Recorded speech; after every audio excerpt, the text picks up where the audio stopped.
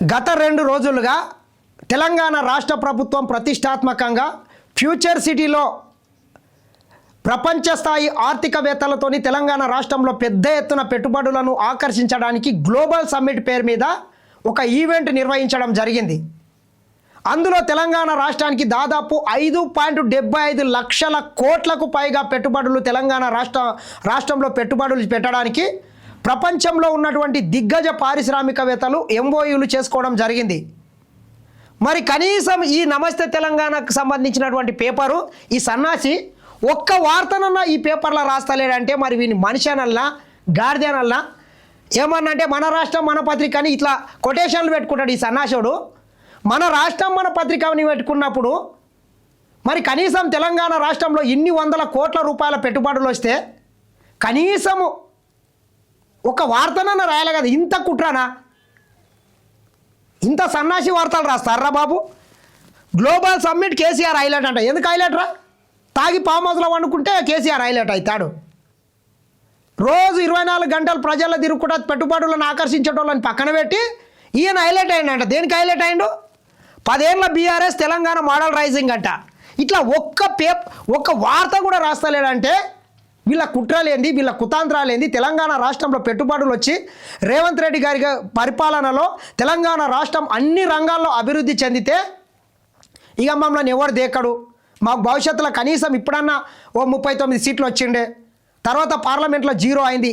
ఇట్లనే రేవంత్ రెడ్డి గారు ప్రపంచవ్యాప్తంగా ఉన్నటువంటి పెట్టుబడులను ఆకర్షించి తెలంగాణ రాష్ట్రంలో వేల కోట్ల రూపాయలు, లక్షల కోట్ల పెట్టుబడులు వచ్చి ఈ తెలంగాణ రాష్ట్రం అన్నిట్లో అభివృద్ధి చెందితే ఇక మా పరిస్థితి అడక తినేదే ఉంటుంది. మమ్మల్ని ఎవరు అడగడు, ఒక ఓటు రాదు, ఒక సీట్ రాదు అని చెప్పి కుట్రలు అన్నీ ఈ రకంగా తెలంగాణ రాష్ట్ర ప్రభుత్వం మీద, ముఖ్యమంత్రి రేవంత్ రెడ్డి గారి మీద రోజు విషయం చల్లే ప్రయత్నం చేస్తున్నారు.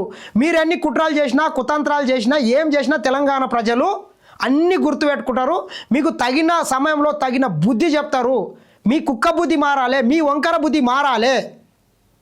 ఇన్ని లక్షల కోట్ల పెట్టుబడులు వస్తే రాయాలే కదా, ఎందుకు రాస్తలేరు? ఇంత ఉంటుందా? ఉంటే రేవంత్ రెడ్డి గారి మీదనో ఇంకోరి మీదనో కోపం ఉండొచ్చు, అది రాజకీయంగానే ఉండాలి.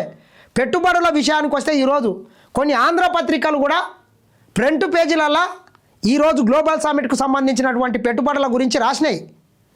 ఈ రకంగా ప్రచారం చేస్తే ఇంకా పెద్ద ఎత్తున తెలంగాణ రాష్ట్రంలో పెట్టుబడులు వస్తాయి.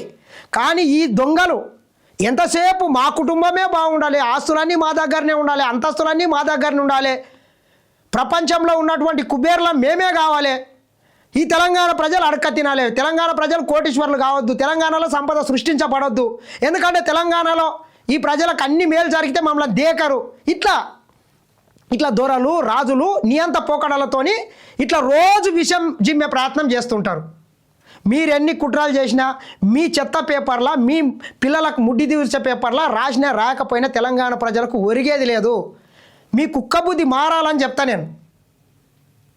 రైట్, ఎలక్షన్ ఉన్నప్పుడు కొట్లాడదాం, సిద్ధాంతపరంగా నీది నీ పార్టీది నీవు చెప్పుకో, మా పార్టీది మేము చెప్తాం, విభేదితం, తప్పు లేదు. కానీ అభివృద్ధి విషయంలో కూడా ఇట్లా విషయం జిమ్మితే ఈ తెలంగాణకు వచ్చినటువంటి పెట్టుబడులను కనీసం ప్రపంచంకి పరిచయం చేయకపోతే అది మీరు ద్రోహుల కింద మిగలబడతారు.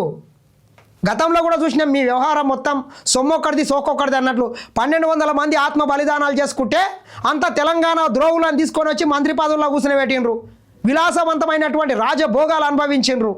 కాబట్టి ఇటువంటి దొంగలకు బుద్ధి చెప్పాల్సిన అవసరం కూడా ఖచ్చితంగా ఉందని చెప్పి నేను వేడుకుంటున్నా. రైట్.